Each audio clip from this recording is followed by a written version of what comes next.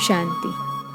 आज 4 जनवरी 2024 की बाबा की साकार मुरली है।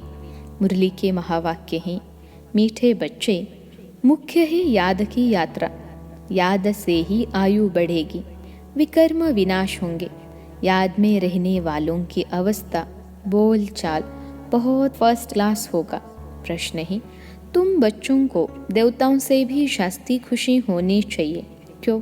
उत्तर है, क्योंकि तुमको अभी बहुत बड़ी लॉटरी मिली है। भगवान तुम्हें पढ़ाते हैं। सतयुग में देवता देवताओं को पढ़ाएंगे, यहाँ मनुष्य मनुष्यों को पढ़ाते हैं। लेकिन तुम आत्माओं को स्वयं परमात्मा पढ़ा रहे हैं। तुम अभी स्वदर्शन चक्रधारी बन रहे हो। तुम्हारे में सारी नॉलेज है, देवताओं में यह नॉलेज भी नहीं। गीत है, जाग सजनिया जाग, ओम शांति। नए युग में होते हैं देवी देवताएं, है वह भी मनुष्य, परंतु उनके गुण देवताओं जैसे होते हैं। वह है वैष्णव डबल अहिंसक। अभी मनुष्य डबल हिंसक है, मारामारी भी करते, काम कटारी भी चलाते। इसको कहा जाता है मृत्यु लोक, जिसमें विकारी मनुष्य रहते हैं। उसको कहा जाता है देवलोक, जिसमें देवी देवता रहते हैं।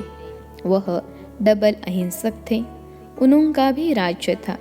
कल्प की आयु लाखों वर्ष की होती तो कोई बात का ख्याल भी नहीं आता। आजकल कल्प की आयु कम करते जाते हैं। कोई 7,000 वर्ष कहते, कोई 10,000 कहते। यह भी बच्चे जानते हैं कि बाप ही ऊंचे ते ऊंचा भगवान, और हम उनके बच्चे रहते हैं शांति धाम में। हम पंडे हैं रास्ता बताने वाले। इस यात्रा का कोई वर्णन है नहीं। भल गीता में अक्षर है मन मना भव, परंतु उनका अर्थ क्या है? अपने को आत्मा समझ, बाप को याद करो, यह किसकी बुद्धि में नहीं आता। जब बाप आकर समझाए तब किसकी बुद्धि में आए। इस समय तुम मनुष्य से देवता बनते हो। मनुष्य यहाँ है, देवता सतयुग में होते हैं। बरोबर तुम अभी मनुष्य से देवता बनते हो। तुम्हारी यह ईश्वरीय मिशन है। निराकार परमात्मा को कोई मनुष्य तो समझ न सके। निराकार को हाथ पांव कहाँ से आया? श्री कृष्ण को हाथ पांव सब कुछ है। भक्ति मार्ग के कितने शास्त्र बनाए हैं। अब तुम बच्चों के पास चित्र आदि तो बहुत हैं। चित्र से याद आती है कि इस चित्र पर यह समझाए, और भी बहुत चित्र बनते जाएंगे। एकदम ऊपर आत्माओं का भी दिखाना है। आत्माएं ही आत्माएं दिखाई देगी। फिर सूक्ष्म वतन, उनके नीचे मनुष्य लोक भी बनाएंगे। मनुष्य कैसे पिछाड़ी में आकर फिर ऊपर चढ़ते हैं, यह दिखाएंगे। दिन प्रतिदिन नई इन्वेंशन निकलती जाएंगी। अब जितने चित्र हैं उतनी सर्विस भी करनी है। फिर ऐसे ऐसे चित्र बनेंगे जिससे मनुष्य जल्दी समझ जाएंगे। झाड़ बहुत जल्दी बढ़ता जाएगा। कल्प पहले जिसने जो पद पाया होगा, जो रिजल्ट निकली होगी वही निकलेगी। ऐसे नहीं कि पिछाड़ी में आने वाले माला के दाने नहीं बन सकते हैं, वह भी बनेंगे। नौधा भक्ति वाले रात दिन भक्ति में लगे रहते हैं, तब उनको साक्षात्कार होता है। यहाँ भी ऐसे निकलेंगे। रात दिन मेहनत कर पतित से पावन बनेंगे। चांस सबको है, ऐसे नहीं पिछाड़ी में कोई रह जाए। ड्रामा ही ऐसे बना हुआ है जो कोई रह नहीं सकता। सब तरफ पैगाम देना है। शास्त्रों में है, एक रह गया तो उल्हना दिया। यह चित्र अखबार आदि में भी पढ़ेंगे। तुमको भी निमंत्रण मिलते रहेंगे। सबको मालूम पड़ेगा कि बाप आया हुआ है। जब पूरा निश्चय होगा तब दौड़ेंगे। नामाचार निकलता ही रहेगा। नवयुग सतयुग को ही कहा जाता है। नवयुग अखबार भी निकलती हैं। कहते हैं न्यू दिल्ली, परंतु न्यू दिल्ली में यह पुराना किला किचड़ा आदि हो न सके। अभी तो हर चीज़ टेढ़ी बाकी हो गई है। सतयुग में सब तत्व भी ऑर्डर में रहते हैं। यहाँ तो 5 तत्व भी तमो प्रधान हैं, वहाँ सब सतो प्रधान होते हैं, तो हर एक तत्व से सुख मिलता है। दुख का नाम भी नहीं, उसका नाम है स्वर्ग। यह सब बातें अब तुम समझते हो कि बरोबर अभी हम तमो प्रधान बन गए हैं। सतो प्रधान बनने के लिए पुरुषार्थ कर मंजिल पर चढ़ रहे हैं, और सब अंधियारे में हैं, हम रोशनी में हैं। हम ऊपर जा रहे हैं और सब नीचे गिर रहे हैं। यह सब विचार सागर मंथन तुम बच्चों को करना है। शिव बाबा है सिखलाने वाला, वह तो मंथन नहीं करेंगे, ब्रह्मा को मंथन करना होता है। तुम सब विचार सागर मंथन कर सकते हो, कोई का तो मंथन बिल्कुल नहीं चलता, पुरानी दुनिया ही याद पड़ती है। बाबा कहते हैं पुरानी दुनिया को एकदम भूल जाओ, परंतु बाबा जानते हैं नंबरवार पुरुषार्थ अनुसार राजधानी स्थापन हो रही है। बाप कहते हैं मैं आकर राजधानी स्थापन कर बाकी सबको वापिस ले जाता हूँ। वह लोग तो सिर्फ अपना अपना धर्म स्थापन करते हैं, उनके पिछाड़ी उनके धर्म आते रहते हैं। उनकी क्या महिमा करेंगे? महिमा तो तुम्हारी है। आदि सनातन देवी देवता धर्म को ही हीरो हीरोइन कहा जाता है। हीरे जैसा जन्म और कोड़ी जैसा जन्म तुम्हारे लिए गाया हुआ है, फिर तुम एकदम चोटी से गिरकर एकदम नीचे आकर पड़ते हो। तो इस समय तुम बच्चों को देवताओं से भी ज़्यादा खुशी होनी चाहिए, क्योंकि तुमको लॉटरी मिली है। तुम्हें अब भगवान पढ़ाते हैं, वहाँ तो देवता देवताओं को पढ़ाएंगे, यहाँ मनुष्य मनुष्यों को पढ़ाते हैं, और तुम आत्माओं को परमपिता परमात्मा पढ़ाते हैं। फर्क हो गया ना? तुम ब्राह्मणों ने राम राज्य और रावण राज्य को भी समझा है। अब तुम जितना श्रीमत पर चलेंगे उतना ऊंच पद पाएंगे। अज्ञान काल में जो करते हैं वह उल्टा ही होता है। छोटेपन में सगीर बुद्धि होती है, फिर बालिग बुद्धि होती है, 16-17 वर्ष के बाद सगाई होती है। आजकल तो गंद बहुत है, गोद वाले बच्चे की भी सगाई करा लेते हैं, फिर लेना देना शुरू कर लेते हैं। वहाँ शादियाँ कितनी रॉयल होती हैं, तुमने सब साक्षात्कार किया है। जितना आगे बढ़ते जाएंगे तो तुम सब साक्षात्कार करेंगे। अच्छे फर्स्ट क्लास योगी बच्चों की आयु बढ़ती जाएगी। बाप कहते हैं योग से अपनी आयु बढ़ाओ। बच्चे समझते हैं योग में हम ढीले हैं, याद में रहने लिए माथा मारते हैं, परंतु रह नहीं सकते, घड़ी घड़ी भूल जाते हैं। वास्तव में यहाँ वालों का चार्ट बहुत अच्छा होना चाहिए। बाहर तो गोरख धंधे में रहते हैं, बाप को याद करते करते यहाँ ही तुमको सतो प्रधान बनना है। कम से कम भोजन बनाते काम करते 8 घंटा मुझे याद करो, तब कर्मातीत अवस्था अंत में होगी। कोई कहे मैं 6-8 घंटा योग में रहता हूँ तो बाबा मानेगा नहीं। बहुतों को लज्जा आती है, चार्ट नहीं लिखते हैं, आधा घंटा भी याद में नहीं रह सकते। मुरली सुनना कोई याद नहीं है, यह तो धन कमाते हो, याद में तो सुनना बंद हो जाता है। कई बच्चे लिख लेते हैं याद में मुरली सुनी, परंतु यह याद थोड़े ही है। बाबा खुद कहते हैं मैं घड़ी घड़ी भूल जाता हूँ, याद में भोजन करने बैठता हूँ। बाबा आप तो अभोक्ता हो, यह कैसे कहो? बाबा आप भी खाते हो, हम भी खाते हैं। कोई कोई बात में कहेंगे कि बाबा भी साथ हैं। मुख्य है याद की यात्रा। मुरली की सब्जेक्ट बिल्कुल अलग हैं, याद से पवित्र बनते हैं, आयु बढ़ती है। बाकी ऐसे नहीं कि मुरली सुनी तो बाबा इसमें था ना। मुरली सुनने से विकर्म विनाश नहीं होंगे, मेहनत है।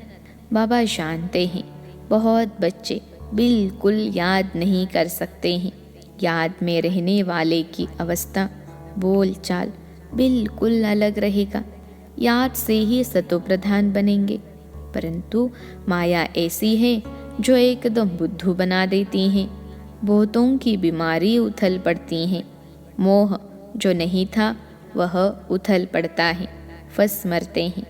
बड़ी मेहनत का काम है। मुरली सुनना यह सब्जेक्ट अलग है। यह है धन कमाने की बात।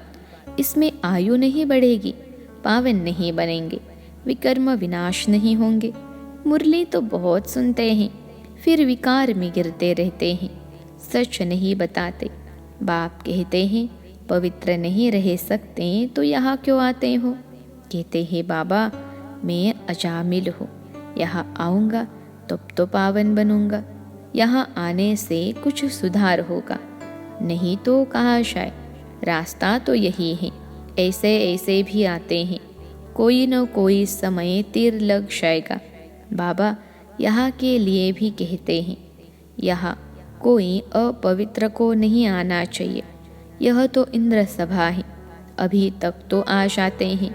एक दिन यह भी ऑर्डिनेंस निकलेगा, जब पक्की गारंटी करे तब अलाउ करे तो समझेंगे। यह तो ऐसी संस्था है, कोई अपवित्र अंदर आ नहीं सकता। तुम बच्चे समझते हो यह किसकी सभा है? हम भगवान ईश्वर सोमनाथ बबुलनाथ के पास बैठे हैं, वही पावन बनाने वाला है।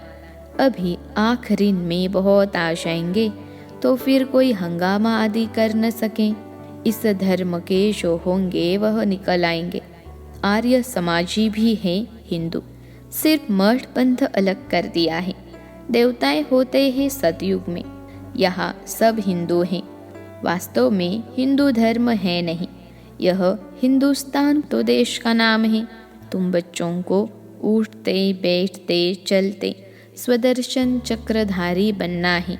स्टूडेंट को पढ़ाई की याद रहनी चाहिए ना, सारा चक्र बुद्धि में है। देवताओं और तुम्हारे में थोड़ा फर्क रहा है। पक्के स्वदर्शन चक्रधारी बन जाएंगे तो फिर विष्णु के कुल के बन जाएंगे। तुम समझते हो हम यह बन रहे हैं, वह देवताएं फाइनल हैं। तुम फाइनल तब होंगे जब कर्मातीत अवस्था हो। शुबाबा तुमको स्वदर्शन चक्रधारी बनाते हैं, उनमें नॉलेज है ना, वह है तुमको बनाने वाले। तुम हो बनने वाले। ब्राह्मण बन फिर देवता बनेंगे। अब यह अलंकार तुमको कैसे दे? अब तुम पुरुषार्थी हो, फिर तुम विष्णु के कुल के बनते हो। सतयुग वैष्णव कुल है ना, तो ऐसा बनना है। तुमको तो मीठा बनना है। ऐसा वैसा अक्षर बोलने से न बोलना अच्छा है। एक दृष्टांत है, दो लड़ते थे। सन्यासी ने कहा मुख में मुहलरा डाल दो, कभी निकालना नहीं, रेस्पॉन्ड मिल न सके। 5 विकारों को जीतना कोई मासी का घर नहीं है। कोई तो अपना अनुभव भी बताते हैं। हमारे में बहुत क्रोध था, अब बहुत कम हो गया है। बहुत मीठा बनना है। कल तुम इन देवताओं के गुण गाते थे, आज तुम समझते हो हम यह बन रहे हैं। नंबरवार ही बनेंगे। जो सर्विस करेंगे उनका नाम ज़रूर बाबा भी लेंगे। रास्ता बताना चाहिए। हम भी पहले कुछ नहीं जानते थे, अब कितनी नॉलेज मिली है। जो अच्छी रीति धारण नहीं करते तो उनकी रिपोर्ट आती है, बाबा इनमें तो बहुत क्रोध है। बाबा जानते हैं यह रूहानी सर्विस नहीं कर सकते तो फिर स्थूल सर्विस।